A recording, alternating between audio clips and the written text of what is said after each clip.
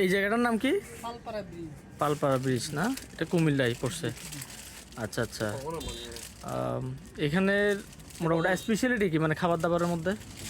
Special হইলো আমার কাছে আছে পাউরির বন্টন এগুলো আছে। আচ্ছা আচ্ছা। না আমি আপনাদের এখানে একটা মানে স্পেশাল খাবার থাকে না, মনে করেন এখানে না আপনি বিক্রি না করেন সমস্যা নাই, মানে আপনি যেটা সবাই খাইতে চায় বা খায় কোন একটা অনুষ্ঠানে হোক বা ইয়াতে হোক। এদিকে নাই, এই পালপাড়া নাই।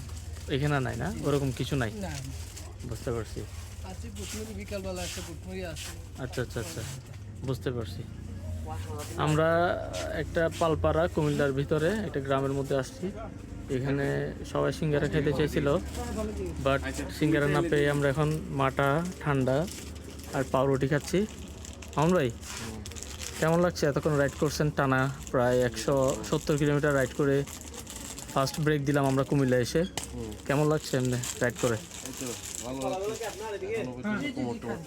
ঠিক আছে।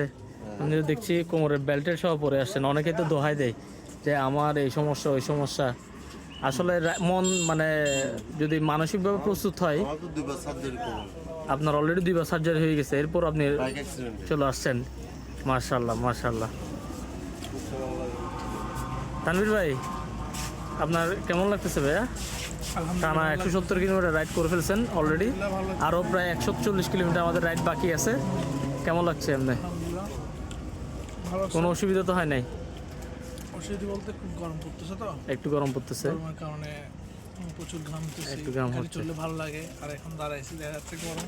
আচ্ছা আচ্ছা, এই গাড়িতে অনেক কিছু ভরা, এগুলো খোলা বাঁধা আর একটু সমস্যা। তারপরেও কিছু করার নেই, যেহেতু আমরা যেহেতু রাইড করছি, মোটামুটি আমাদের ফুল সেফটি গিয়ার পড়তে হবে, থাকতে হবে।